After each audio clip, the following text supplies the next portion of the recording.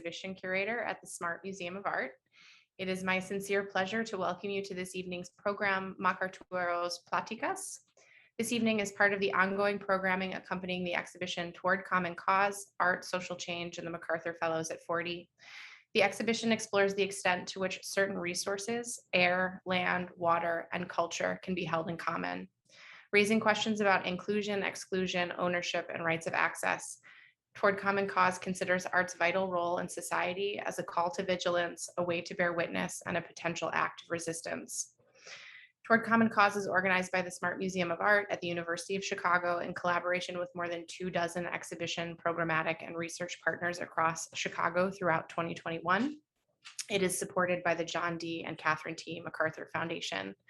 This evening, we also want to thank our partners at the National Museum of Mexican Art, Weinberg Newton Gallery, Hull House Museum, and Public Media Institute for their collaboration. We are so thrilled to present this evening's program featuring 4 incredible artists. The MacArturos are a self-organized group founded in 1995 by Latinx MacArthur Fellows committed to providing cultural and intellectual events in regional Latinx communities. This evening will bring together 4 MacArturos, Dr. Amalia Mesa-Bains, Maria Varela, Sandra Cisneros, and Guillermo Gómez-Peña. It is my privilege to introduce this evening's MC, Dr. Amalia Mesa-Bains. Amalia is an internationally renowned artist, scholar, and curator. Throughout her career, Mesa-Bains has expanded understandings of Latinx artist references to spiritual practices and vernacular traditions through her altar installations, articles, and exhibitions. Her work has been shown at institutions all over the world, and as a cultural critic, she has co-authored along with Bell Hooks, Homegrown, Engaged Cultural Criticism. Amalia also founded and directed the Visual and Public Art Department at California State University at Monterey Bay, where she is Professor Emerita. Without further ado, I give you all Amalia Mesa-Bains.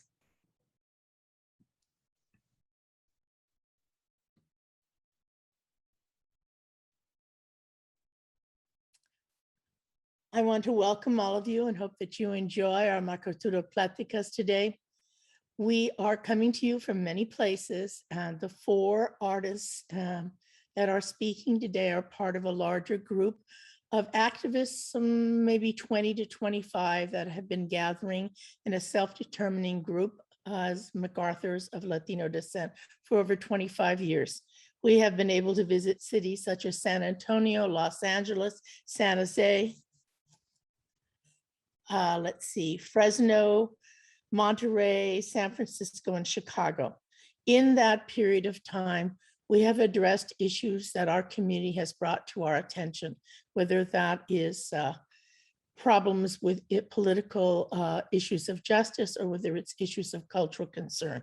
So today I want to acknowledge the help of some of our honorary MacArturos, Joan Abramson, and also to acknowledge that our fearless leader, Sandra Cisneros, will be one of the speakers today. My video, which will air in a moment or two, is part of something that I began with my cousin Hortense Villaseñor and her family in trying to retrieve my own family memories in Chicago. So I hope that you will stay with us as we move through these various pláticas and that you will enjoy all the thoughtful treasures that we're trying to bring to you.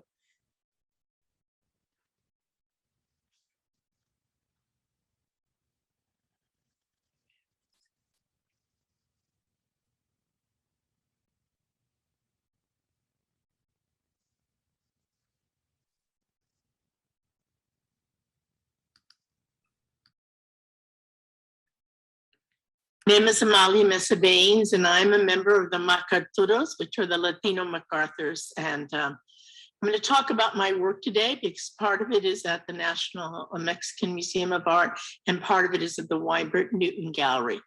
I'm very excited to participate in this project, partly because my own family in Chicago was not as well known to me as my father's. This is my mother's family. So this work is partly dedicated to them. It's the Cornejo family. But what we're looking at now is really the Circle of Ancestors, which is a work that I began in the 90s. And when I think of the 90s, for younger people, it may seem very long ago, but the 90s was a fairly significant period of time in Chicano art. It was one of the, I think, thresholds in which we began to enter into the larger understanding of American art. And so many of us were in shows. One of the most significant ones was Chicano Art, Resistance and Affirmation, CADA. And CADA traveled across the country, and it was a very large survey of the work of Chicano artists from 1965 to 85. And so it was really a kind of litmus test of the work of that first generation and part of the second. And many of the works dealt with issues of justice, social justice. And when I think back on the 90s, I think one of the hallmarks of it were two major national celebrations, which made us rageful as usual. And one of them was the Quincentennial. That was in 1992. It was a nationwide celebration, worldwide celebration of the discovery of the New World, which was, of course, itself older than the Old World and was not discovered. It was invaded and colonized. But that celebration set about a certain set of programs coming out of the Smithsonian and various museums across the country and in Spain. And I think what happened was that Latinx, Chicano, whatever term we use, all of us responded to that in our own organizations. So some of my most significant pieces came out of 1992 and 1993. It also pivoted us into an international setting. So I think about a show called Ante America, or Before America, which came out of Colombia, out of Bogota, the Biblioteca Luis Arangel, and it was curated, I believe, by Carolina Ponce de Leon, who came later to be the director at the Galeria de la Raza. But she and a number of other people put together a very large show, largely Latin American, but also some Chicanos. Enrique Chagoya and I, a few others were in the show, and it traveled across the US. First started in Bogota, went to Caracas, and then it came into Center for the Arts in Yerba Buena Gardens, went to the Queen's Museum, and that was a significant show. Also, there was a show called Demon des Anges, which was a French show.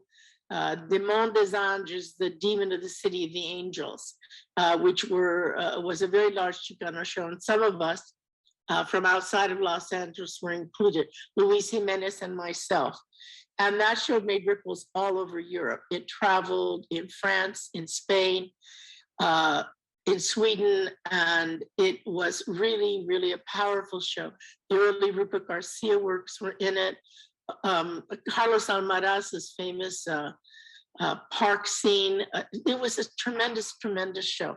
So the 90s opened doors for us. And this particular piece, Circle of Ancestors, was made in 1996, and it was done in a show called Distant Relations, which was about Mexican and Irish artists, Mexican, Chicano, Irish in Ireland, and Irish in England. So it was about colonialism, it's about issues of independence and identity.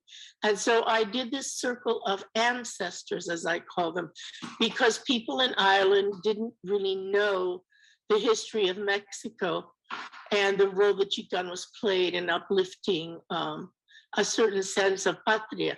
So I started with first chair was Coil Shalki, which is a Huitzilopochtli's sister, and she was a war goddess. And then I moved to Sor Juana Inés de la Cruz, one of the great colonial scholars, sometimes referred to as La Décima Musa, or the 10th Muse, and also the first feminist treatise written in the New World was called La Respuesta. I then followed that with images of my grandmother, who left Mexico during the revolution, with my father and his brother and two of her brothers.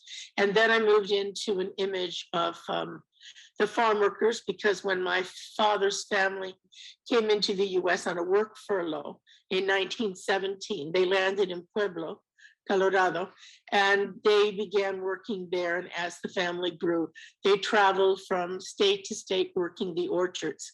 And next to her is my grandmother, Amalia, with my mother, Marina, whose family is in Chicago, the Cornejos. And my mother never liked this photo because she had scarlet fever and her hair was just growing back. And then following that, as I recall, is probably the Chola picture that I think has to do with, is sort of a Pachuca style, and that is Judy Baca as a Pachuca.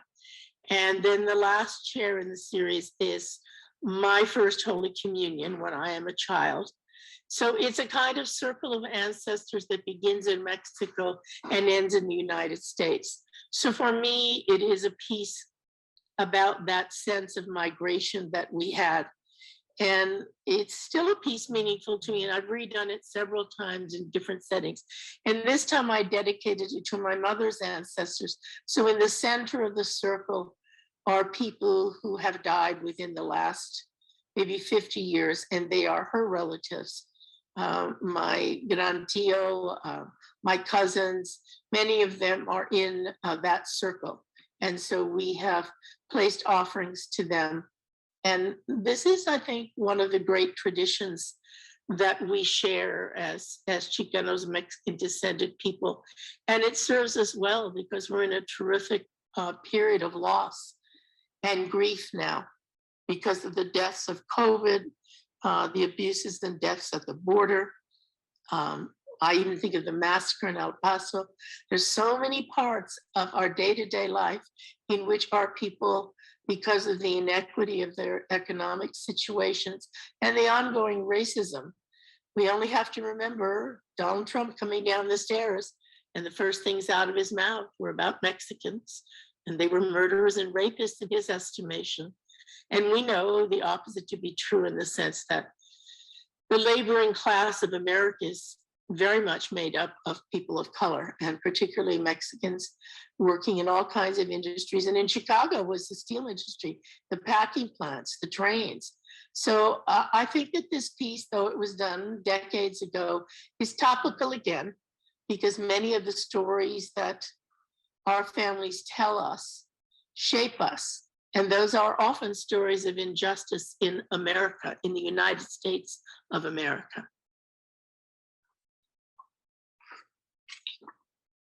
I am now in a project called Dos Mundos, which began in a sense with my mother's family's history here in Chicago. My mother had a very difficult childhood. She was born out of wedlock. They lived in Mexico only a short period of time when she was a child, and then they came into the US. She was in Chicago briefly as a child, but did not stay. And Amalia, her mother, and she came into California. I think really in some ways, my mother used to say, had she not been left at the nuns' convent, which was a girls' school and also an orphanage, she didn't know what would have happened to her. But the byproduct of Amalia's coming to California was that my mother became separated from her larger extended family because she had no brothers or sisters and no father. And Amalia died when my mother Marina was 16.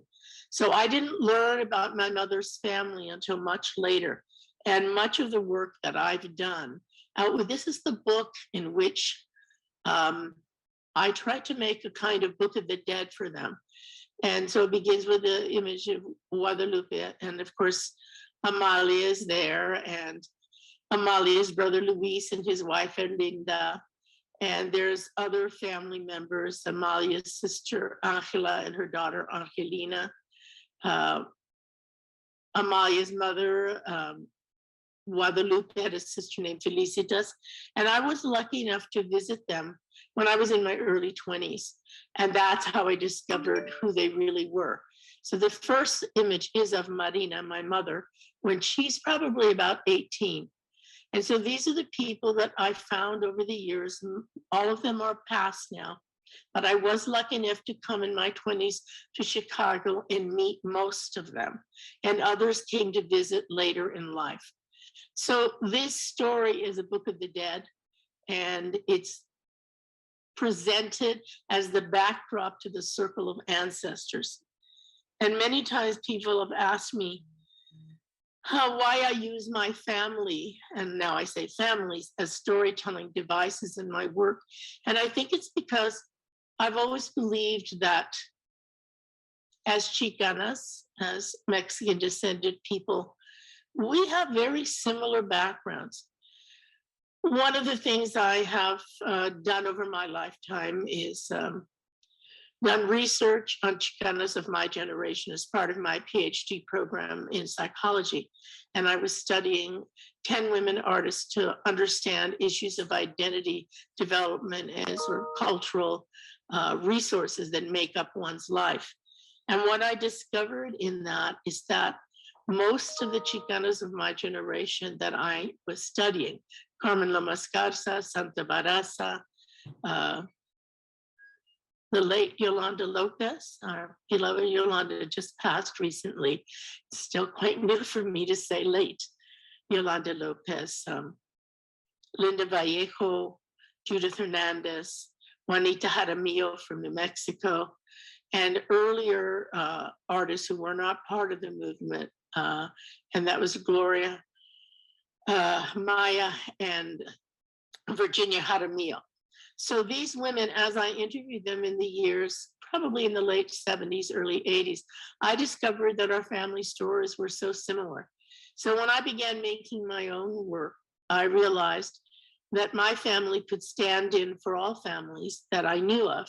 And so the history of the revolution, the issues of displacement, the roles they took on in the new environment in the United States, their laboring history is an agricultural one. My history is an agricultural one.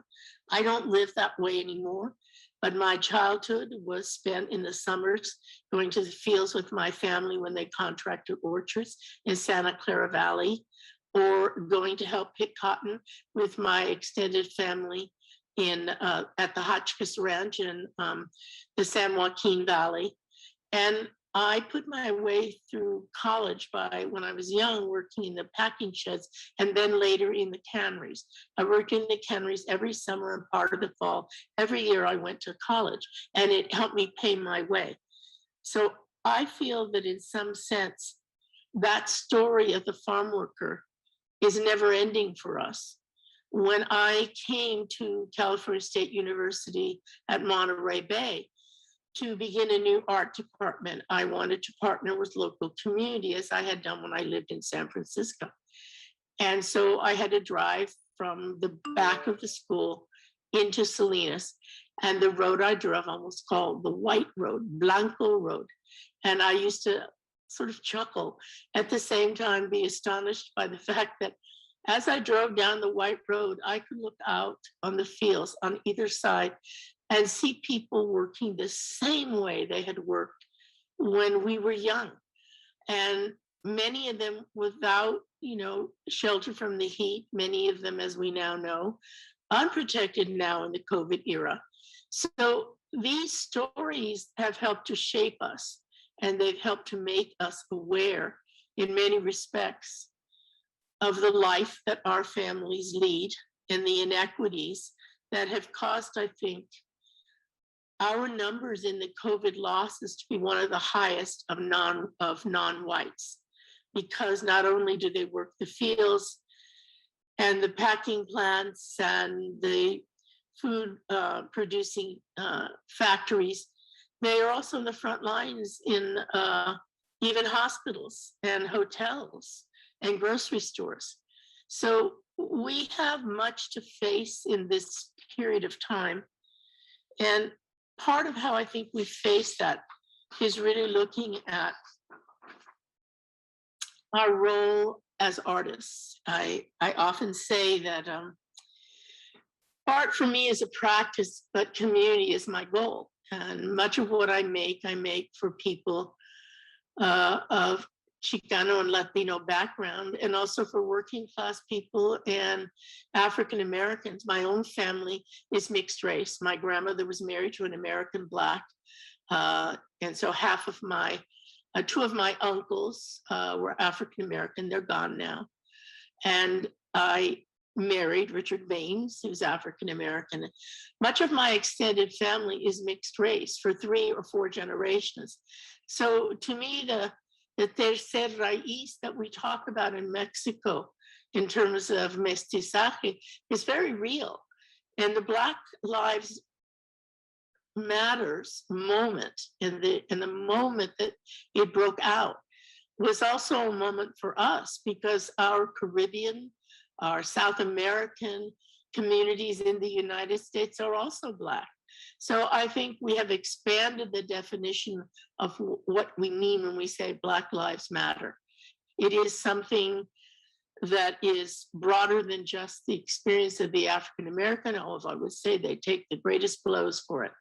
But we are now, I think, at a precipice in terms of how we protect the growth of diversity that we have been able to achieve. And we're left now with, how does diversity connect to equity? What is it that we need to be sure in terms of housing, in terms of healthcare, in terms of labor, in terms of the economy that protects our people? And so when I think about what we do in the MacArturos, it really is many of us asking these questions and trying to provide support for people who are in the process of solving those. And for me, that means looking at issues not just of politics, but of spirituality. I think of our spiritual heritage as Indigenous people, as having at its core the Indigenous practices of the offerings to the gods, of the recognition of the power of nature. So many of these aspects of spirituality, I have termed politicizing spirituality, because in this thoroughly Western world that we're born into, it takes a sense of courage and defiance to claim your non-Western spirituality, your non-Christian beliefs, your way of thinking of your ancestors, your way of keeping your home altar, your way of honoring and respecting the dead with your ofrendas. All of these are practices that we have maintained. And even when that string was broken, we reclaimed them. One of the great forces, I think, of the Chicano movement that to me is really the central aspect of it is a cultural reclamation of understanding that we stood the chance of losing our heritage if we didn't go back to our parents and our grandparents and looked at the lives of our antepasados and claim back those things that are truly seminal to our upbringing. So in my generation, and I'm going to be 80 in another year or two, and in my generation, there has been, I think, a greater effort to reconstitute those early practices that were passed down to our families. And I'm hopeful, because I see younger people coming along who do maintain some of those interests in the home altar tradition of the Days of the Dead. I'm going to be doing a presentation with Ivan Gallardo at the NALAC, or National Association of Latino Art Centers, gathering online, and we're going to be introducing the idea of a virtual altar that might stretch across this country as a way to honor the lives lost in COVID, the lives lost at the border, the lives lost in gunfire violence and police extremism, and also the disasters that have befallen us in the Caribbean, in Latin America, and in the US, whether it's fires in California or floods in Houston or Puerto Rico. Our people have suffered from that, and we've lost many. So this Day of the Dead, I think, is probably one of the greatest that we'll ever experience and one of the biggest challenges. And I congratulate the National Mexican Museum of Art for understanding that grief in a time of healing is really, really important. Memory is our bridge between the living and the dead. Those of you who watched Coco know that. There are several deaths. There's one when it happens. There's the moment when the body is interred or cremated. And then the last death is when we forget them, when we don't put their pictures out, when we don't lay out their glasses or the lipstick they wore, when we don't pour them a cervecita or a chocolate or a little tequilito, you know, that's when they die again. And we can't let that happen. We have a history of remembrance. I remember very often people saying to me, you know, I think Mexicans really, they just have an absent history. And I'm going to say, no, we don't have an absence of history. We have a history of absence. We know what is missing. We know what was taken from us in the wars, in the colonization, but we're the generations that retrieve that history and fill that absence with the memories of people of the past and of our work in the present. So when I think of the generation I was born into, I think how lucky we were. We were given the gift of purpose. We are the children of the civil rights movements, and we know what we must do. Most of us are driven, and I say this to other MacArturos who are not artists, but who are writers and thinkers and scientists and educators. They have a sense of purpose. I studied with and was lucky enough to study with Erik Erikson before he died, the great psychologist, The 7 Stages of Man. And he wrote a book actually about the Black Panthers and Huey Newton, but he also wrote a book called Life History in the Historical Moment. And he said that any individual's life history can often intersect with the life history of the group they're part of. And their negative images he talks about in terms of SS youth, or positive ones like the Black Panthers. Well, I think the Chicano movement was that moment for us. Many of us were just coming of age in the late teens, early 20s.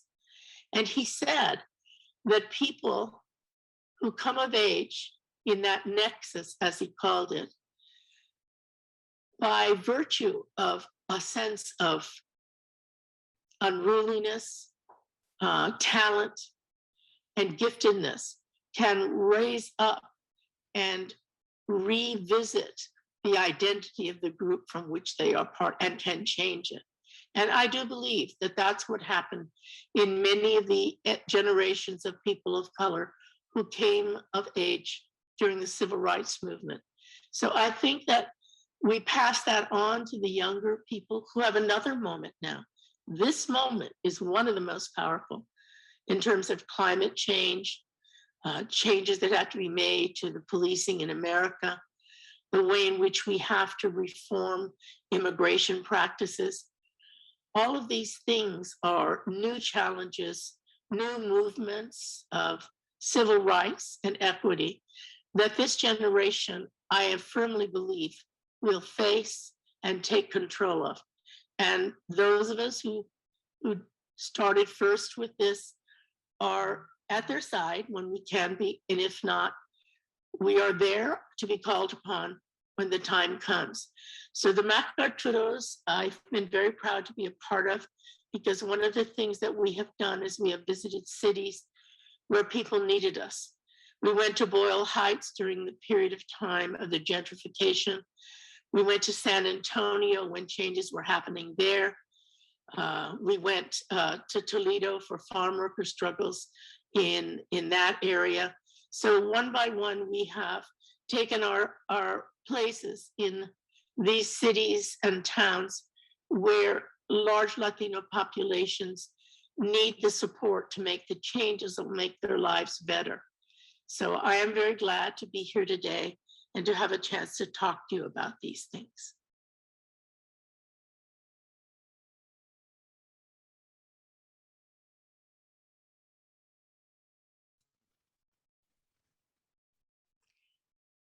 We are now going to be seeing another Plática from Sandra Cisneros, And I want to say that she has been our fearless leader.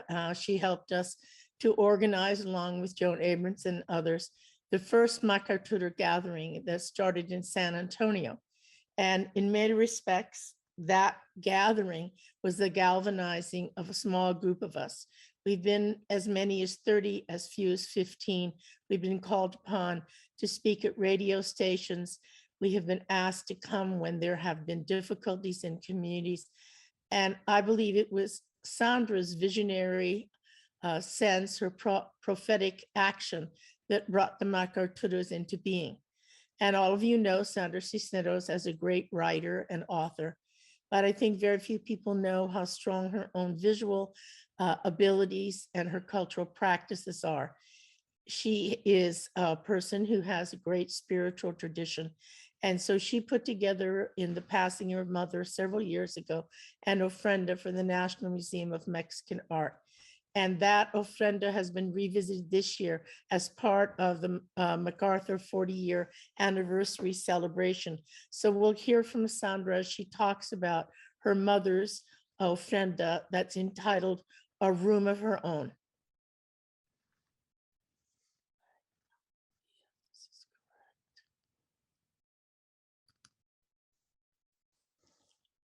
Hi, my name is Sandra Cisneros. I'm a writer. My mother passed away in November 1st, actually, on one of the Days of the Dead in 2007. And Cesario Moreno from the National Museum of Mexican Art invited me to participate the following Days of the Dead and install an altar, but I was still too fresh from the wound of losing my mom. And he invited me again in 2009. And so I created a smaller version of the altar you see here. It's called a Room of Her Own. And my mom never had a room of her own until after she had all of us 7 children and after her husband died. So she only had a room of her own for the last 10 years of her life. And it was very special to her. I tried to recreate it here. There are some things that are actually from her room and some things that are recreations of her room. I felt that my mom, her spirit was something very different than the woman I knew. I was in the room when she passed away, and I got to experience what her spirit felt like when it was leaving the body. And I felt it in the room before it disappeared. It was an incredible experience that I've written about. And what it made me realize was that I really didn't know my mom. I knew my mother, but I didn't know who she was before she had all of the 7 children, who she was before she married. And I didn't know who she wanted to become and the disappointment that she felt because she didn't reach those dreams. So I tried to do that in this altar, to think about who my mom was before she met me, before she met my father. And in the back wall, all of those names that are there, starting with her name, Elvira Cordero Cisneros, and then Maria Romualdo Felipe Anguiano, her mom, and her mom's mom. And like that, I put all the names of my women ancestors because I feel as if we don't even remember their name one generation away. You know, all of the mothers and grandmothers, once they marry, they lose their names and we don't even know who they are.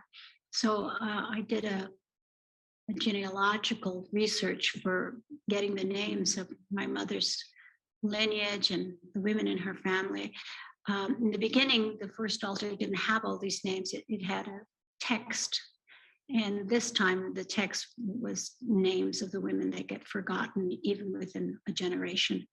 In the left-hand side is a copy of an embroidered little burro that my great grandmother embroidered from my mother, left to my mother. It's right on the center panel, next photo of my mom. I tried to do the 4 directions here with photos of my mom when she was young, and then one later when she's older. But the one on the left is the little burro with her initials on it, EC, and that was embroidered by her grandmother. So I wanted to include work that was done by my women ancestors. And the one on the bottom that says Suspiro por ti, my mother did, and she signed it. And so I tried to, the only inheritance I have from my women ancestors, because they were poor women, there's a little mantelitos and embroidered cloths and pillows. And my mom, who could draw and sing and was very talented, only got to express her art through domestic projects like, paint by numbers or drawing with us as children. And there's a photo of her on the right when she's older with a tomato from her garden, her gardening. And I just felt like my mom could have been so many things, but she didn't have the education or the opportunities I had. She made sure that I had them. So this was a homenaje to my mom and her own creativity and her own dreams. On the right of this panel, there's clothing. Yeah, that's her blouse from when she was a young single woman. And that's her fancy slip. And she gave them to me. I used to wear them when I was skinny. And I hung them up because I just thought they were so pretty, and they kind of make a ghost of, like, my dress hangs there, kind of an homenaje to Frida too. And on the other side, opposite, is my mother's rebozo and a blouse that she had also from Mexico. I used to wear that blouse and again, when I was skinny, and I put it up there, and it was her rebozo. So I don't know how she got it or who gave it to her. The Virgen de Guadalupe hanging on the left side in the scarf was a souvenir that her sister and I don't know who went with her sister to Mexico. Her mom never went back, but they brought back the souvenir for her mom, because her mom was very devoted to the Virgen de Guadalupe, whereas my mom was not. But it skipped a generation, and I'm a devotee. So I wanted this scarf that used to belong to my mother's mother to be here to connect her with her women of her family. My grandmother also was a believer in the Santo Niño de Atocha, and that's why I have the Santo Niño de Atocha on a little shelf here. And I have a photo of my grandmother, and I think my grandmother had a sixth sense. I think she was gifted with some things that my mom didn't have from the stories that my mother told me. And she was very devoted to Santo Niño de Atocha and the Virgen de Guadalupe, and she believed in the spirits and that you could be frightened and you had to call your spirit back. So she had a lot of indigenous beliefs mixed up with her Catholicism. I didn't get to know her except as a little preschooler, so I always wish that we had made that connection. And on the bed itself, we made the bed, my brothers and I. My mother's real bed was a queen size, of course, but in order to fit the space, we made this little bed. My brother Henry Cisneros painted it. My brother Mario and Armando constructed and painted, stripped it from a chocolate brown bed and made it into what it is. And there are all kinds of objects that are reminiscent of my mother's bedroom, including a little vanity mirror that's in the center. And that really was my mom's. I wrote on it a text that said she didn't really see what she'd done. She only saw what she had not done. And that was the great disappointment of my mother's life, that she had wanted an artistic life. And she took her children to museums every weekend or to the library every Saturday. So I know she's very happy to be in a museum, because this altar, after 2009, it traveled to several other museums, including the Hispanic Cultural Center in Albuquerque.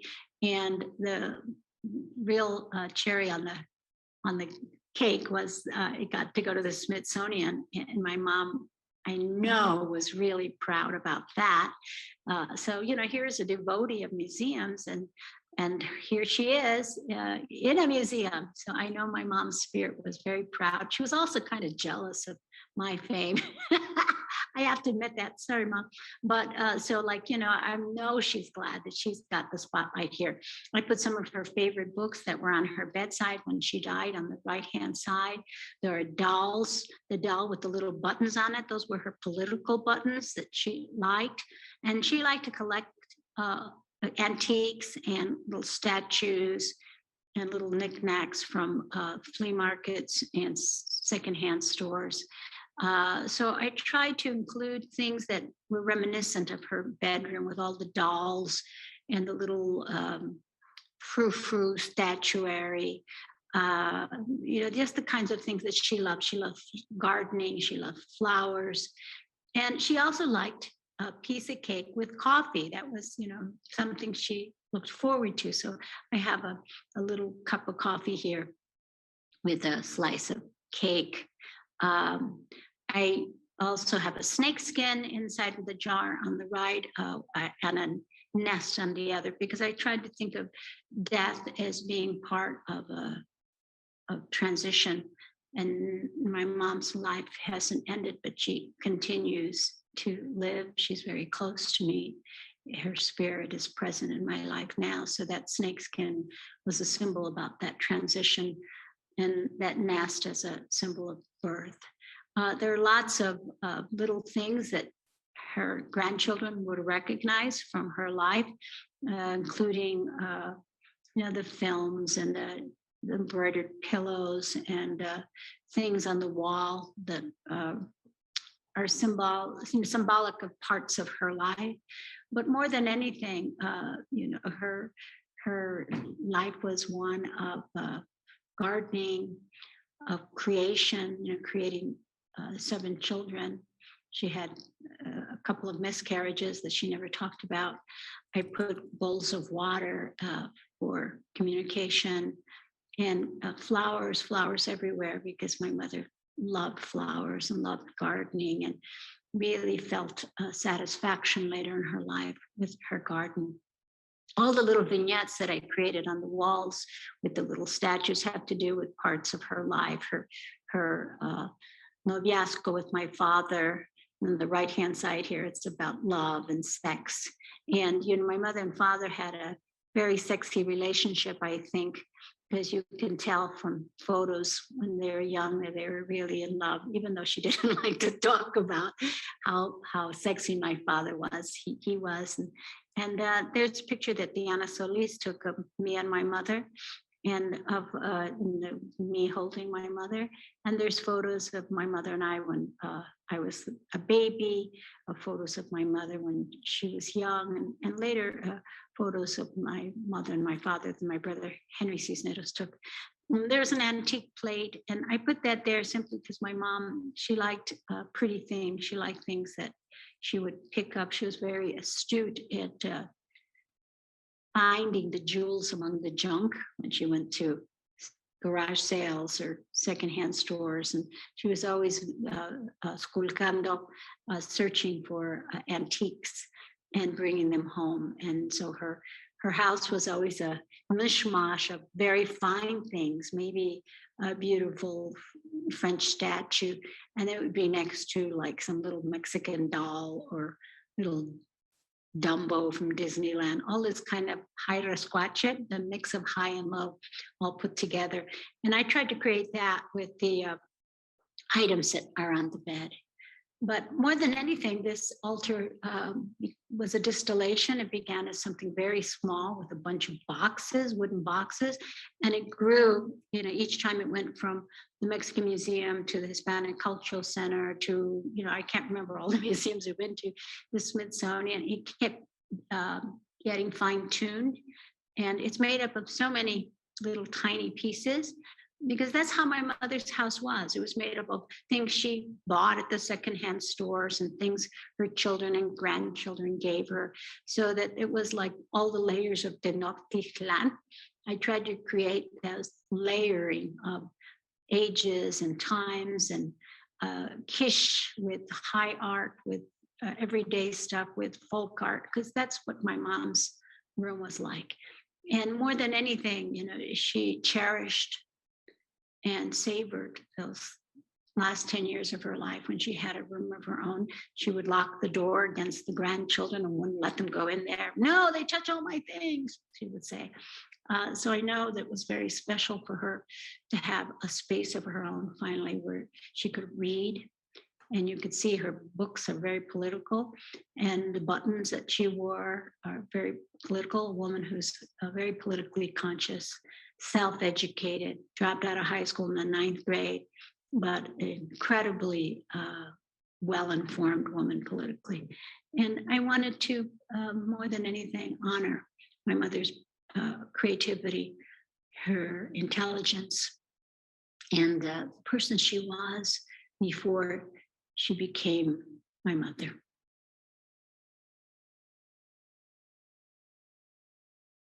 I am a visual artist that's frustrated because I had to allow my writing to take over my visual impulses. And this brought me back to the visual arts by creating this installation.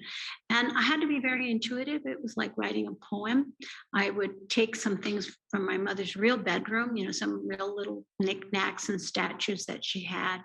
And then I just let myself be open about like, what was it that I wanted to create? I had a few textiles, very few.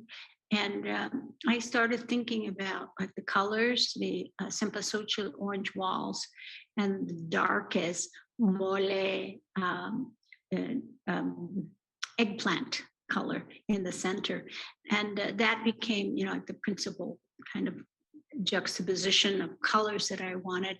But I also wanted it to be beautiful because my mother loved beauty. She loved flowers. She loved antiques.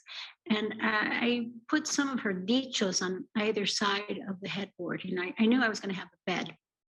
And we had to do a small bed, even though my mother's real bed was bigger. But considering the space, you know, I tried to fill it up with all of the, what some people would say was clutter. But I would say it's a kind of Baroque, a mom Baroque, you know, when you have all the layers of things that mom puts in her room, along with things people gave her, family, children, grandchildren. And the funny thing is, even though this isn't identical to my mother's room, there's so much that's like my mother's room. It's like a parallel universe with my mom's room, that when my nieces and nephews and brothers come to see this altar, they say, yeah, that's her room. Even though in real life, you know, there was a television set and there was more clutter, but I try to distill it by thinking, you know, what are the things that inspired my mom? And what were the kinds of things that were part of her being when she was a young woman? What was that spirit that I felt leaving her body when I was in the death room? You know, that spirit was so loving and vulnerable and sweet. I couldn't believe that was my mother. And I wanted to represent that person. Hasta me emociona ahorita talking about it because it was so different from the woman I knew.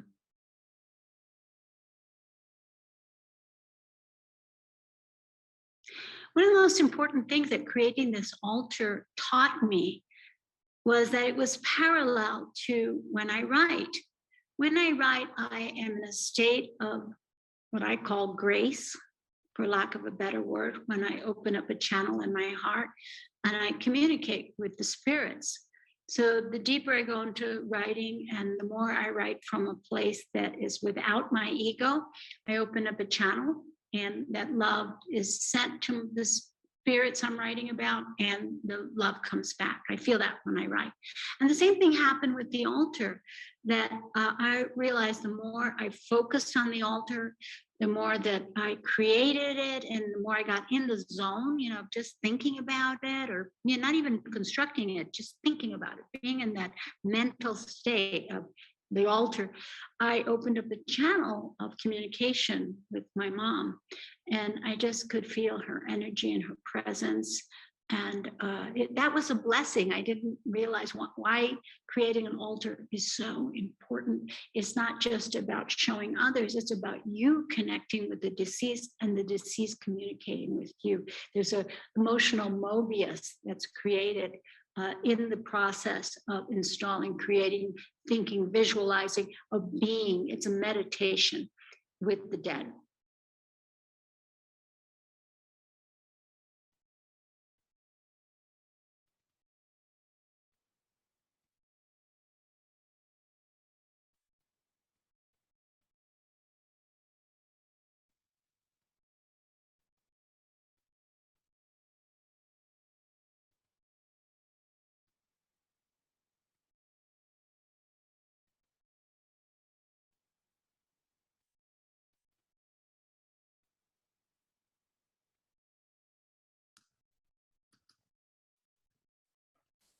That was a beautiful meditation on death. And I think many of us were remembering our own losses and the way in which ancestry gives us a sense of belonging. And I was touched also by the fact that Sandra found in her mother this political life, this political opinions, this form of activism that in many ways Sandra carries forth in her own life.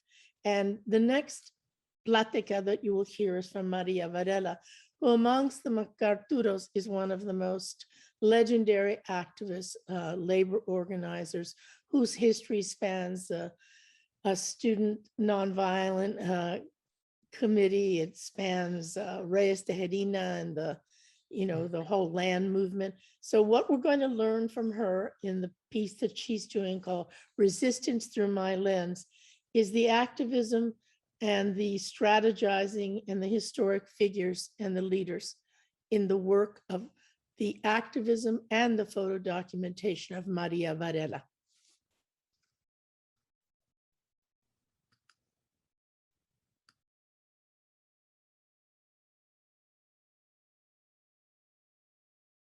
My name is Maria Varela, and I was a MacArthur Fellow class of 1990.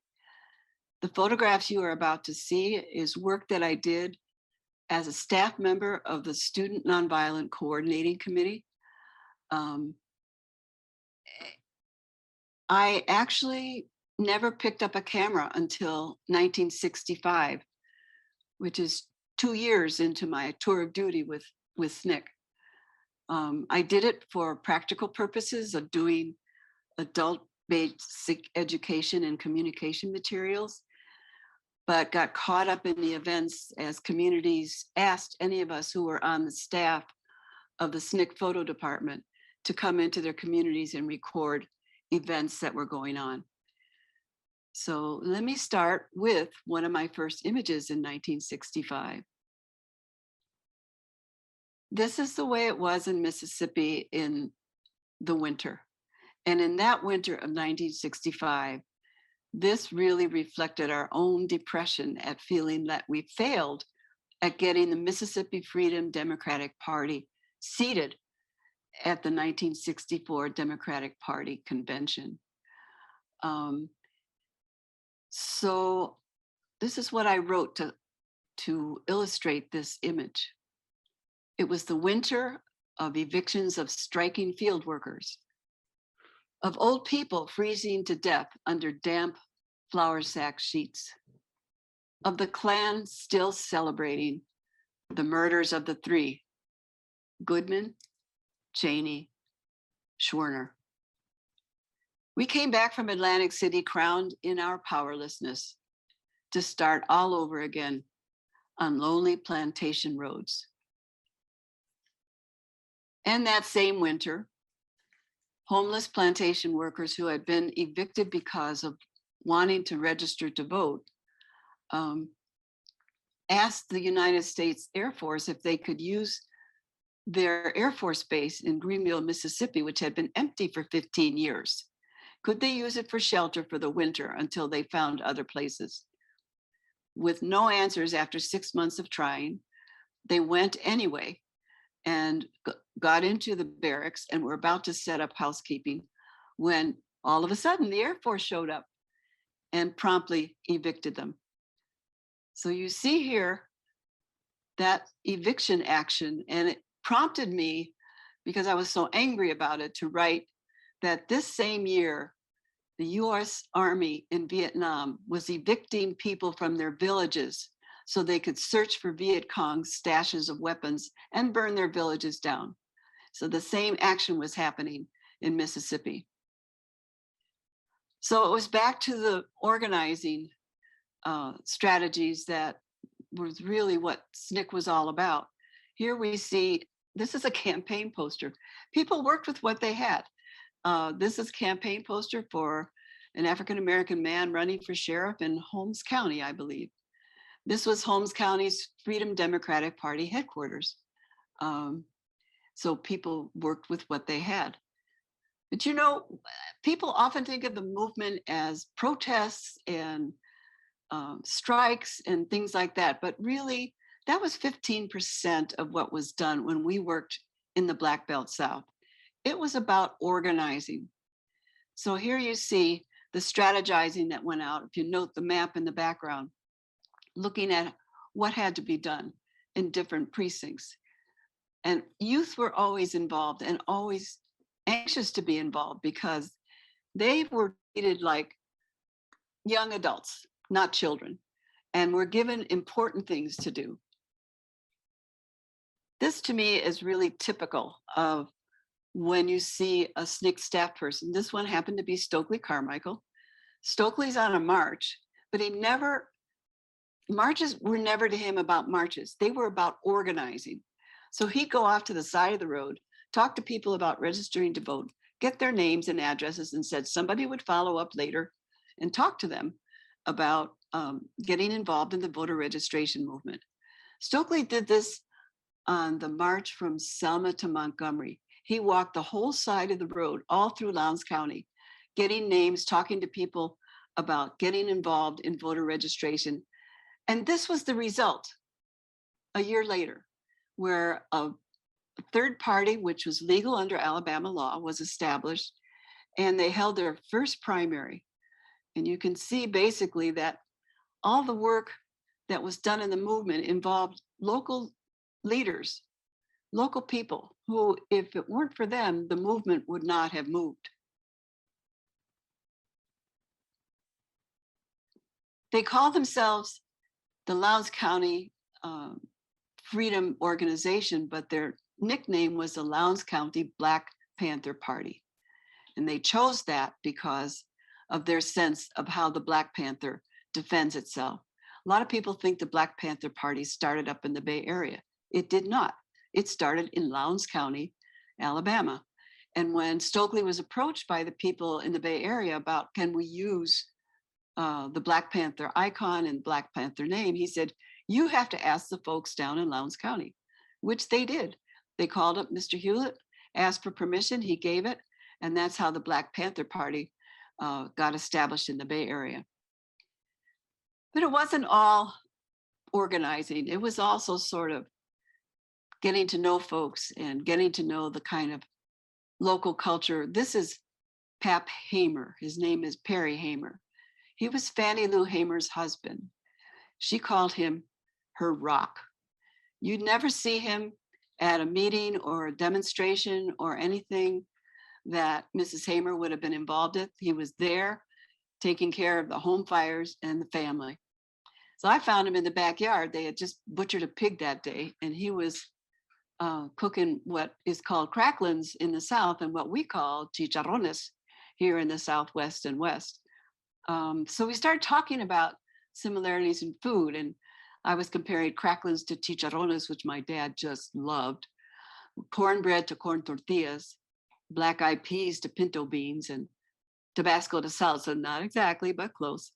And I just felt this is an age-old bridge across cultural divides, because he was uncomfortable with strangers, but this talk about food kind of got him to relax a little, enough to give me permission to take his picture. The children were really special. Whatever I was involved with my camera, I always ended up shooting the kids. These particular kids, they were just full of questions. What was I doing? Where was I from? Was I a freedom rider? They just kept on questioning. And they live where they live. You can see with life right up in front on their faces. SNCC was responsible for the freedom schools upon which the Head Start program was founded. And so this is the first Head Start in Indianola, Mississippi, which was in an old church. It was cold, and people had to bundle up and there was plenty of runny noses and cold hands, but yet these kids hardly missed a day. They loved school. And that was at least those who had shoes. Some kids would actually, some families, one child would get shoes one day and could go to school. And then the next day, the child who couldn't go to school got the shoes and could go to school. So it was, there was just this drive for, especially among the kids, to try these new things. This is a program that Doris Derby, who as a cultural worker for SNCC started, and that was going to different Head Starts and talking about Africa, because kids in Mississippi and throughout the South felt like Africa, there's some, well, they knew Africa through Tarzan, but they didn't, you know, their sense of Africa was that there was something wrong with it. And she just did a lot of work with folk stories, artwork, African dress. She showed them how, you know, traditional African dress. And the kids were pretty much just, they just loved what she was doing. This is one of my favorites images, where you see this was the Meredith March Against Fear. The kids were marching. They were unconcerned about the state police sharpshooter in the back. And I titled this, They Marched Against Fear, led by peers more than parents. They would be the next us. This is true often of the children that I took pictures of, that they came up, they took up the mantle for the next generation to keep on working in Mississippi, Alabama, Georgia, to bring justice in their communities. So one of the purposes of SNCC photo was to be on marches because they felt like extra eyes might keep law enforcement from beating on people if they felt they needed to. But, you know, by 1966, we were really done with marches. And that's reflected in this poem where I say, you know, we marched through the valley of dread, reflections in 2 centuries of tears, not knowing where we would sleep or if morning would come, not knowing would it do any good. This march, the Meredith March Against Fear, came under a different mantra. It wasn't "we shall overcome," it was Black power. This brought out a whole bunch of new people into the streets that felt before they couldn't join these protests under the rubric of nonviolence, not because they wanted to do violence, but because they just felt if somebody attacked them, they'd probably fight back. So we saw a whole different kind of participants. This is June Johnson, and she was a young SNCC worker. And this, okay, moving on. This is the first Black Panther t-shirt. We're pretty sure because the Black Panther Party was just emerging in Lowndes County. It wasn't yet in the Bay Area. So because word of mouth, there was no internet, word of mouth was the fastest thing across the Black Belt South that crossed over from Alabama into Mississippi. And here we see this hand-drawn t-shirt. And you can see from the expressions on the people in the back, they were marching under Black power. This photograph is something that mainstream media was never interested in. And because they always felt like the marches and the protests were all of these kind of upbeat things. But here you see, and I call this burdens of resistance, because by this time, this was several weeks into the march. People were tired. There were things happening along the march route that had people upset. You see Dr. King really in a meditative pose, looking burdened down, as is Stokely Carmichael to his right. The same thing for John Lewis, who was the chairman of the Student Nonviolent Coordinating Committee. This was an especially hard time for him, as he felt that he distinguished himself from the whole Black power concept. So from here, I went to New Mexico at the invitation of Reyes Lopez Tijerina. I did that because when I worked in the South, I noticed that the farmers, or people who had land, they were usually first to begin organizing because they had their land. They didn't depend on white people for a whole lot. They did depend on for some things, but it's not like people who didn't have land and who needed to have their jobs with white folks. So Reyes Lopez Dita was the head of the land grant movement in New Mexico and invited me to come and join him. And I felt, you know, that's where we need to be. We need to look at keeping the land base across this country of indigenous people, of African-American people, of Latino people, because we will be renters in our own land if we don't keep our traditional land. So this is the Poor People's Campaign in 1968. Dr. King invited Reyes and other Latino groups to join him in Washington, D.C. before he was assassinated. After he was assassinated, his organization decided to keep on because this is Dr. King's dream, to bring people of color together and to form alliances. And so here is Reyes with Corky Gonzalez in the background, coming to the State Department to say, you need, here's Reyes with Corky Gonzalez in the background, coming to the Mexican consulate to say to them, you signed a treaty, the Treaty of Guadalupe Hidalgo, which protected our people's land, but you've never enforced it in the World Court, and our lands were taken. So Reyes joined the Poor People's Campaign because he wanted to bring the land grant movement to the national stage, so it would be seen more nationally as an important issue. And there were several people, some people who had never been on an airplane, who came to, or a bus actually, and who came to DC. I think we were there for 4 weeks. And we did our own marches because we didn't find people in charge of the Poor People's Campaign necessarily responsive to either our issues or to Native American issues. And so we created our own strategies to bring our issues before people in the government.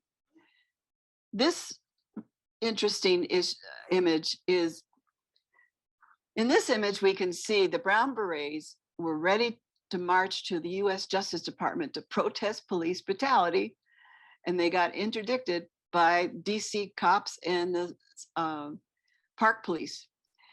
I really wish I could have gotten more of an expression on the gentleman who's beating on that young man, but he so frightened me because he had this look of rage and fear that just was terrorizing. The Chicano delegation was really instrumental in helping the Native American folks come to the fore because they dropped between the cracks. When they got to DC, they were never invited to the sort of main organizing meetings. And so we worked with them on their issues. Here you see Corky Gonzalez with Gerald Wilkinson and other people, other indigenous people, bringing the cause of Native people before the Department of Justice. So we were building alliances as we went along. And so the purpose of us being there is we wanted to build alliances with other organizations nationally around the issues that Chicanos in the Southwest faced. Here, the Puerto Ricans were so good at this. They decided people had enough talking and enough protesting at different buildings. Let's throw a fiesta. And they threw a great fiesta with wonderful food and music.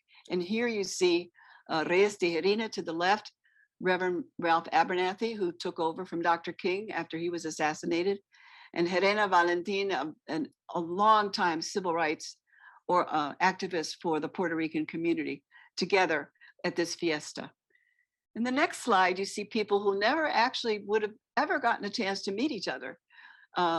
Black Berets, Brown Berets, and the Young Lords. And they always formed security for all the leaders of the different cultures that were there. But they also sort of developed really good relationships between them. But this is my favorite illustration of building alliances, because after all, you know, all movement building and all developing relationships between people, it is about building relationships.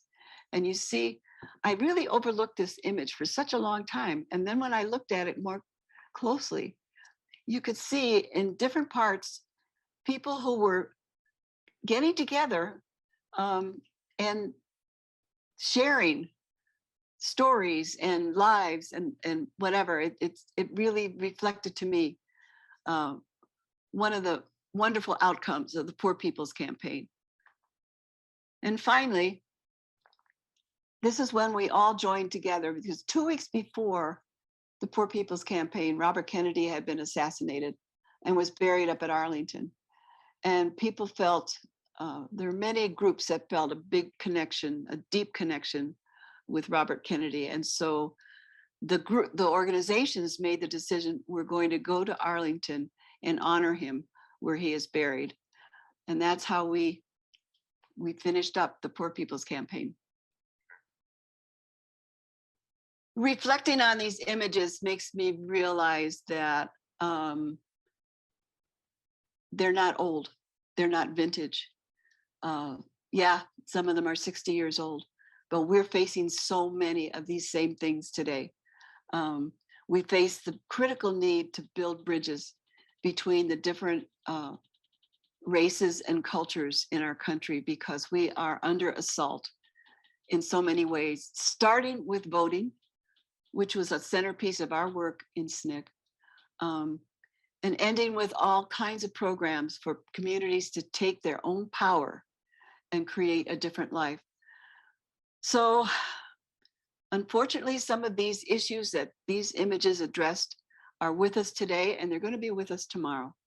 And so I think for future generations, we need to understand that our power is in learning each other's histories, and our power is in organizing, getting off the streets, getting into the communities, and finding out what people need and what they want to make their life better.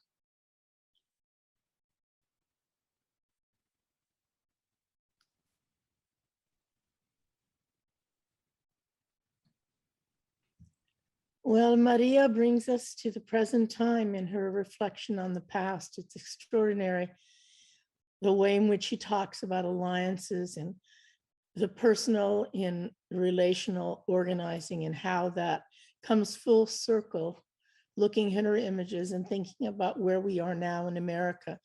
We've passed through and still struggling with Black Lives Matter issues of police violence. We are dealing now with some of the Latinx issues of our communities and equity. And one of the areas that is emerging out of both the Black Lives Matters and Latinx struggles is really the issue of how we're represented in the museum world. Museums are supposed to be for the people. Many of them receive public funds. Many of them are situated in densely populated areas where Black and Brown families cannot find themselves in those museums.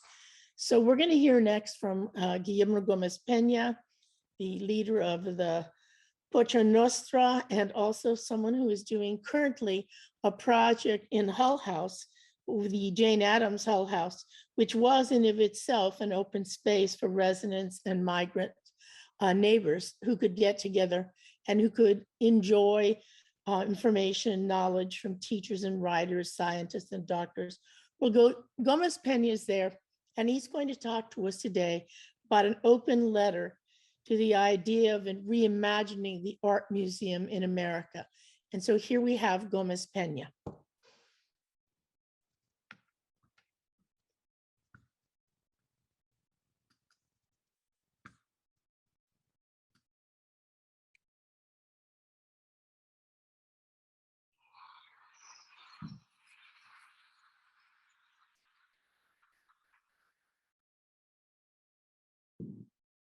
The original memory. In August 1492, Columbus departed from the port of Palos in 3 state-of-the-art carabelas. La Pinta for the prisoners, La Niña for the child molesters, and La Santa Maria for the religious fanatics. Columbus arrived in the Americas with no documents. Don't we all secretly wish he had been deported right away? The white art world. The white word or rather the word white, meaning White House, white privilege, white lies, white supremacy, whitewashed, white versus black and brown and red versus white man, white savior, white power, white witchcraft, white tears, white purity, white walls, white gallery walls, white biennials equals the death of the white avant-garde. Tabula rasa, chromatic change. Black and brown lives matter forever. White. Questions I haven't found answers for as an artist. After 30 years of being a dangerous presence in the capital art world, I still haven't found satisfactory answers to many questions. If we were to place secret microphones to record the backstage chatter of the art world, the stuff people talk about in the bathroom during an opening, what would we hear? So I asked 30 performance artists to respond. Here is a sampling of their answers rewritten by yours truly. How come people speak with much lower volume when they are inside a museum? Are we intimidated or merely respectful? Is it as not to wake the ghosts of art's past? Are we embarrassed about not saying something smart unless we take a selfie? Do people have sex in the back galleries of the Tate Modern or Documenta when no one is around? Wouldn't you like to see the surveillance tapes? Is there a codified mental illness or an eccentric sexual taboo that compels certain people to secretly caress or leak the artwork in museums? Why are most museum guards and cleaning personnel in the US still Black or Latino? Even in a Fred Wilson or a Gómez-Peña world, why is it that whenever I visit a chic museum with a bunch of Chicanx, within minutes, a security guard begins to follow us? Who told him to do it? What exactly do they assume we will do? Tag a painting with spray paint or splatter it with tapatio semen? Steal an artwork? Piece on a sculpture? Hang our own artwork? Why is it that, with a few exceptions, in the big museums, the educational departments tend to be more adventurous and open-minded than the curatorial staff? Why do people talk about the art world as a single entity when in fact there are hundreds, thousands of art worlds? Some of which overlap and many of which ignore the existence of the others. Which art world are they really talking about? Theirs? What the hell is the international art world? A very exclusive club that only includes a handful of operators and minions from Western countries and a few seasonal, stylish, third world or refugee guests of honor. What's international about this? Is this a branding strategy from the PR department? How come curators and producers adore you 1 year or two, and then when you least expect it, they disappear for good? Never to answer your phone calls again. And you are left shivering like an abandoned provincial bride, howling under the rain, wondering what's wrong with your artwork and waiting for the next young, hip, horny curator to discover you. Why is it that after all these years, quote unquote, artists of color are still expected to make community friendly art? And if we don't do it, we get scolded by the institution that sponsored our project. Are we being infantilized and defanged? Do they think we lack the conceptual prowess to create other forms of art? Preguntas. Preguntas.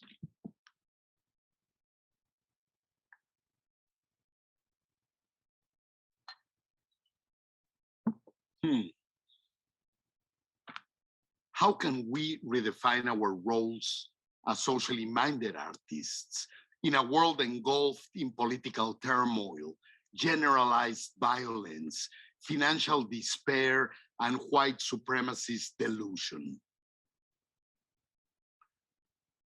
La Pocha Nostra has been developing a series of concrete, practical jobs for utopian artists operating outside of the capital art world. By proposing these new roles, we wish to honor art as one of the oldest and most essential human activities.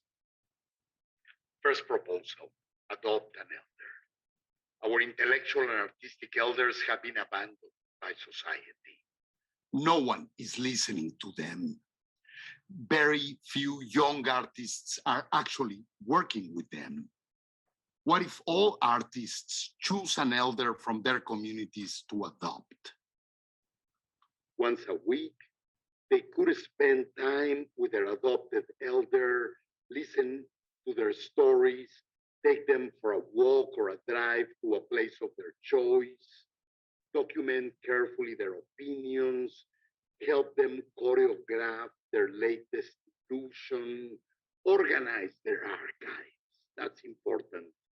And help them make their living spaces more pleasant and vibrant by bringing other artists to talk to them.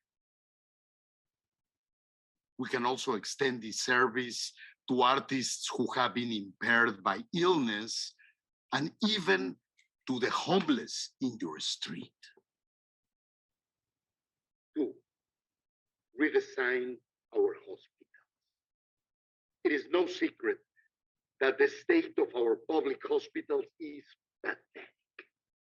Overworked staff in inhuman, institutionalized environments, trying to service an overpopulation of confused patients, especially those not protected by HMOs or living on the edges of society and the mind.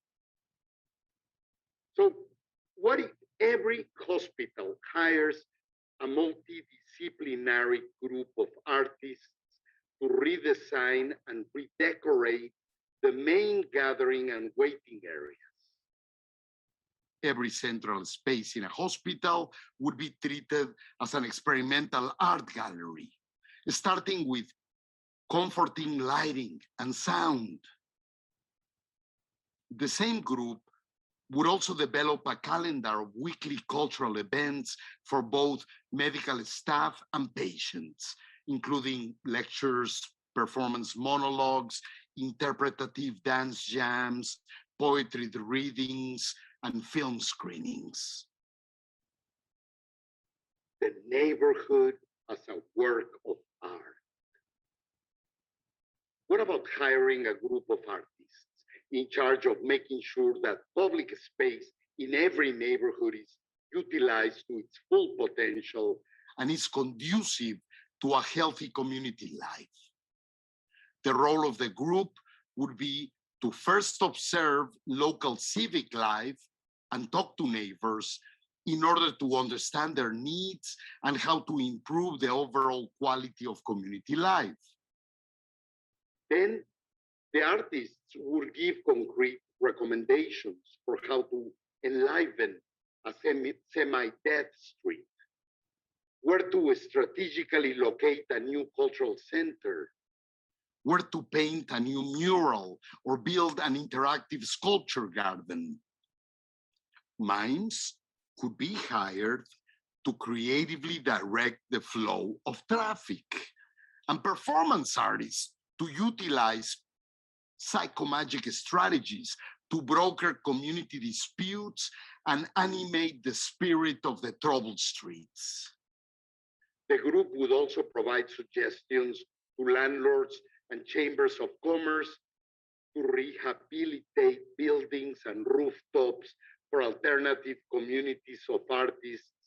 And gardens, rooftop gardens, strategically plant more trees wherever possible and paint in quirky ways the homes of residents, the entire neighborhood. The neighborhood itself would be the work of art. Just a pinche idea. The neighborhood museum. This idea is in fact an extension of the last one. Every neighborhood would have a funky and exciting 24-hour museum for live art.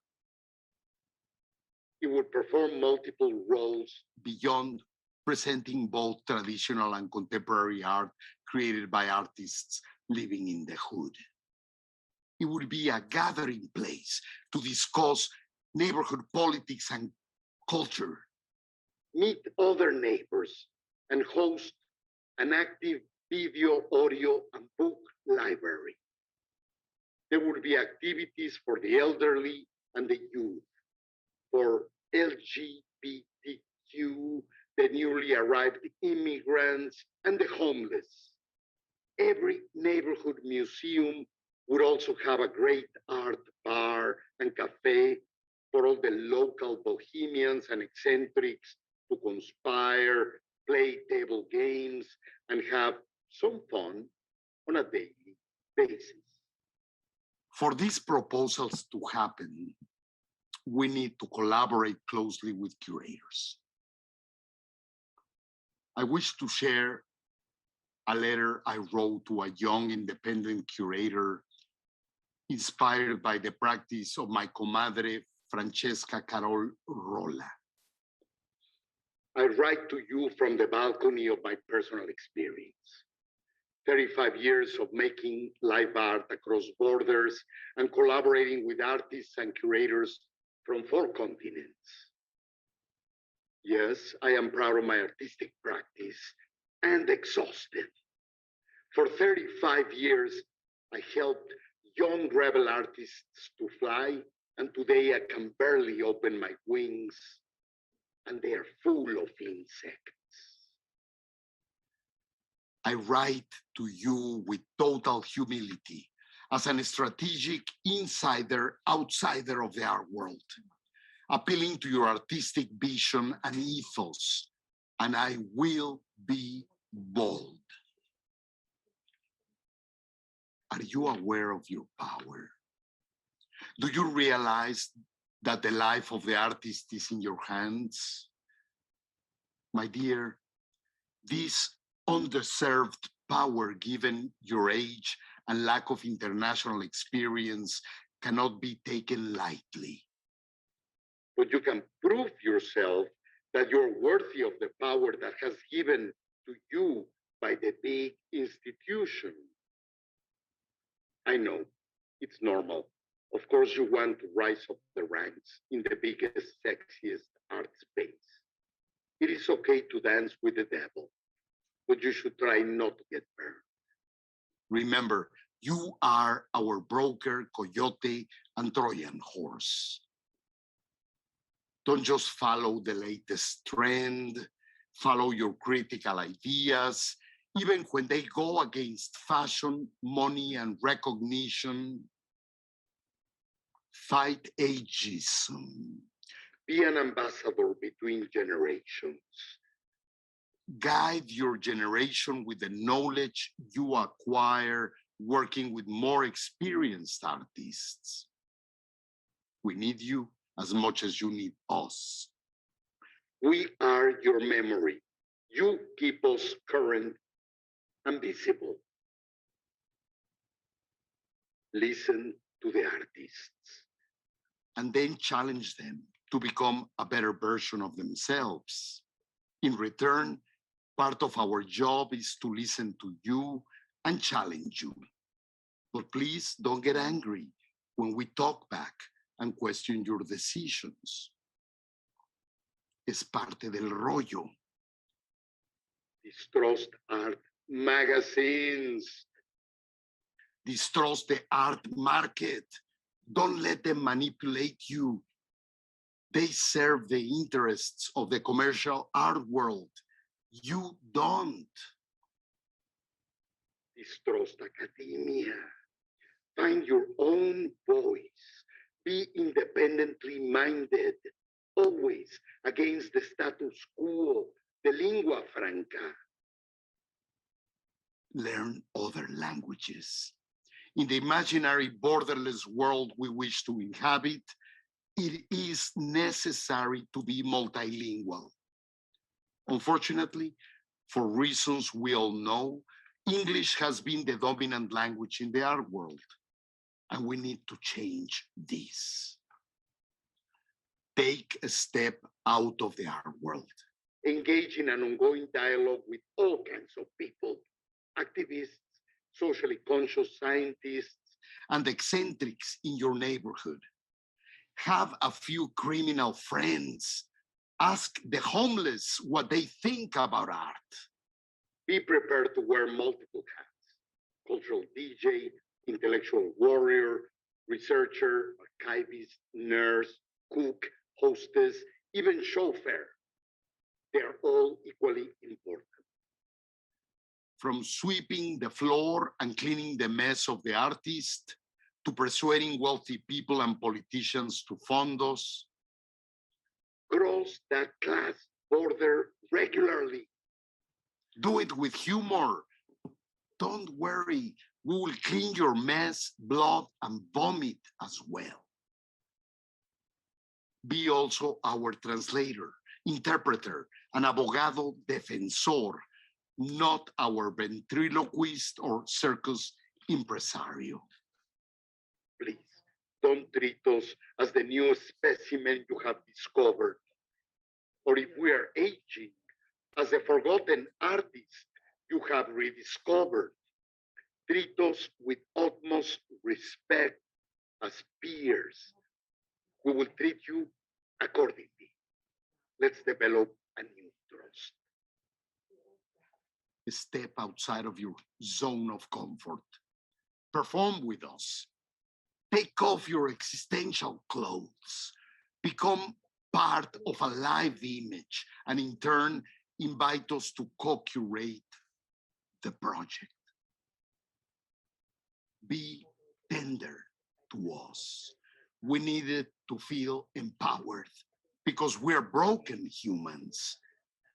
We will reciprocate with radical tenderness and powerful art actions. Choose the right space to locate the project, a weird space, create a generous team, build an eclectic community of difference, work horizontally. Create your own map, live outside of the centers, even if only part-time, travel south, and learn how other cultures do it. You will be surprised and humbled. Create utopian projects, impossible projects, projects that defy the status quo, take us to faraway lands with you. And then in reciprocity, we will host artists from faraway lands in our hometown. Write. Escribe todos los días. Write daily. Writing is a militant act. Write your own script for life. Write in dialogue with the artists you are working with. Through this dialogue, you will discover the true potential and possibility of the project. The project will end up being very different from what you originally conceived. When you commit to artists, please, I beg you, do not abandon them. It is a love commitment. It is now or never. It is every day and for the rest of your life. It is a lifetime commitment for both artists and curators. Finally, help me to be a better artist than I am. I expect you to look after me. As a curator, I expect you to cure my wounds and help me heal my broken bones, because I often fall during the process. I might also get lost in the journey, and you have to help me find the way back to my inner island, archipelago, or barrio. Will you feel tired after doing all this? Yes, most likely. It is the nature of the work. It's an impossible task. And we are in the business of the impossible. So maybe now, in the terra ignota of pandemia, it is the perfect time to set a new ethical groundwork. Here are La Pocha Nostra's new rules for today. The borders between the old normal and the new uncertainty, between daily despair and hope, between the metropolis and the necropolis. I cross these borders every day. Dear audience, the only difference between a madman and a performance artist is that the latter has an audience. So thank you for not letting me go mad. Psychomagic performance number 69.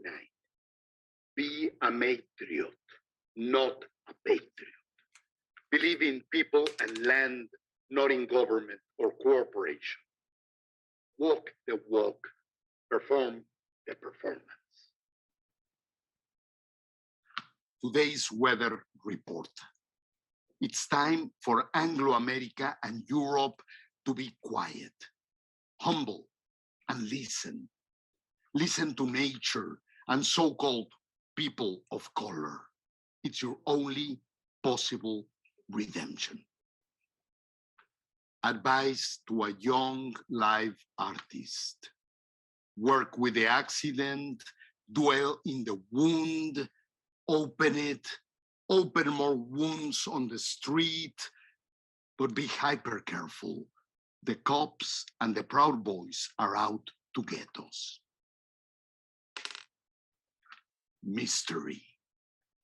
Suddenly, all museums have become anti-racist and conveniently forgetting their track record of white supremacy. Is the CEO of Taco Bell truly a major Black Lives Matter supporter? Give me a billion breaks. I'll take my chalupas to go. Dear art collector, isn't it time to politicize and retitle those racist and sexist paintings and sculptures in your private collection? Postscript. Dear performance artist, if you cannot tour the world, tour your pinche neighborhood. Ni pedo. A cruel journalist asked me last week, where are you going next, GP? Let me think. An airport, a hotel, a museum, or a hospital? Shit. I need my project coordinator to give me my existential itinerary. I had forgotten I was in lockdown. As performance artists, our relationship to the art world in capitals has always been ambivalent and awkward from both sides. A macabre dance with lots of intermezzos and poses. The art world loves to commodify and exhibit our freedom, our marginality, while we desire to access their funding and infrastructure. Sadly, our desires never truly align. Yes, the artist is absent. a Chicano tribute to Marina Abramovic. Question, why are they absent? Maybe they are tired of working 12 hours a day for you. Typical journalist question. Why is performance art always shocking? My answer, shocking is war, police brutality, and human rights violations at the US-Mexico border. Shocking is the daily behavior of our politicians. And what about art? Is art our salvation? In the past, art has saved me from deportation, jail, and mental hospitals. True, naming my antisocial behavior art has saved me from the jaws of the police, the Border Patrol, and the IRS. But I talk about art as critical thought and embodied theory, not as object or market. I talk about art as in compromising art practice, not as in the art world. The art world is full of compromises, humiliation rituals, complicated power negotiations. It takes a special skill to survive it. If you comply too much, you lose your voice, your sharp edges, your culo. You become someone else you dislike. One day, when you least expect it, they send you back to the margins where you wait and wait for a second chance that rarely comes. So between being an art world darling, coolie, pronto, and being poor and bitter, I rather choose to be an uncompromising dandy. A mariachi with a big mouth, a performing contradiction, if you will. Contradiction is the name of my favorite lotion. And my job as a performance artist is to avoid simplistic definitions, trends, and adjectives, to remain slippery and evanescent while I continue to ask irritating questions in original ways. What a bizarre job, and I get paid for it. Kind of. Merde, I am so moody tonight. I feel like an existential wolf that went to sleep in the Arctic Circle and woke up on the rooftop of a Manhattan skyscraper. Ow!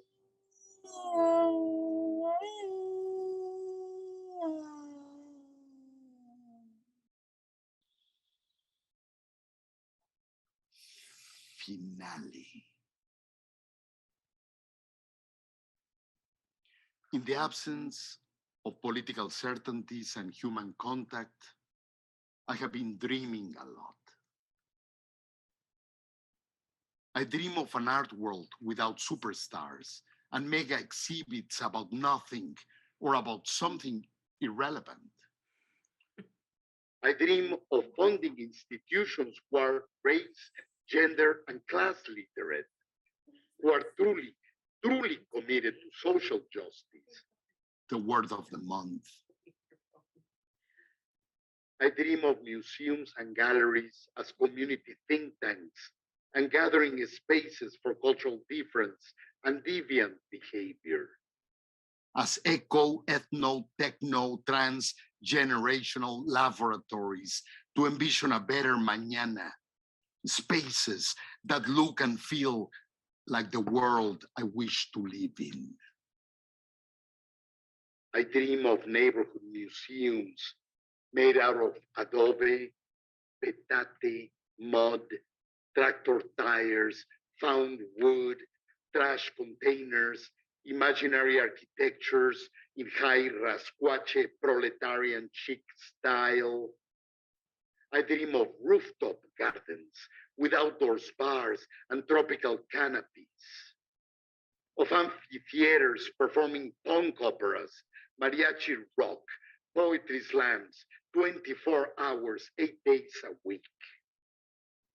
I dream of ritual performance spaces made out of stones and metal, high-tech native long houses, and dream circles around the bonfire of collective dreams, where elders are telling stories and dirty jokes.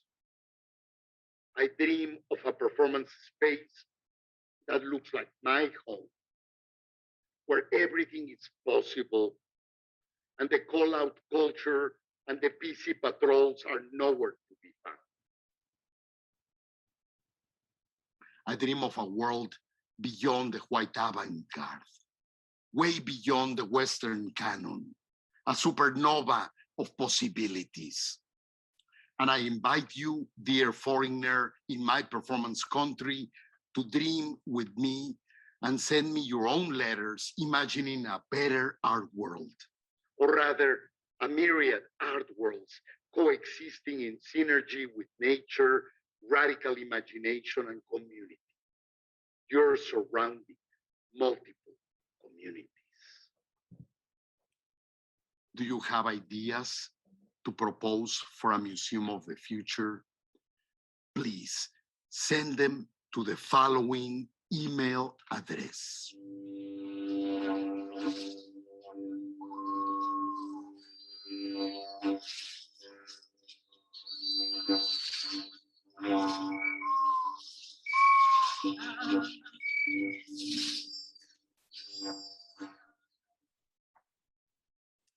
Thank you for joining us today on the MacArturos Pláticas.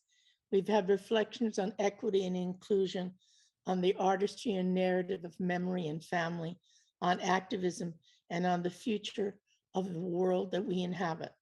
I want to say that we have been very proud as MacArturos for almost 30 years to crisscross the country, responding to our own communities and others, where we have found a sense of solidarity in a very acute time of divisiveness.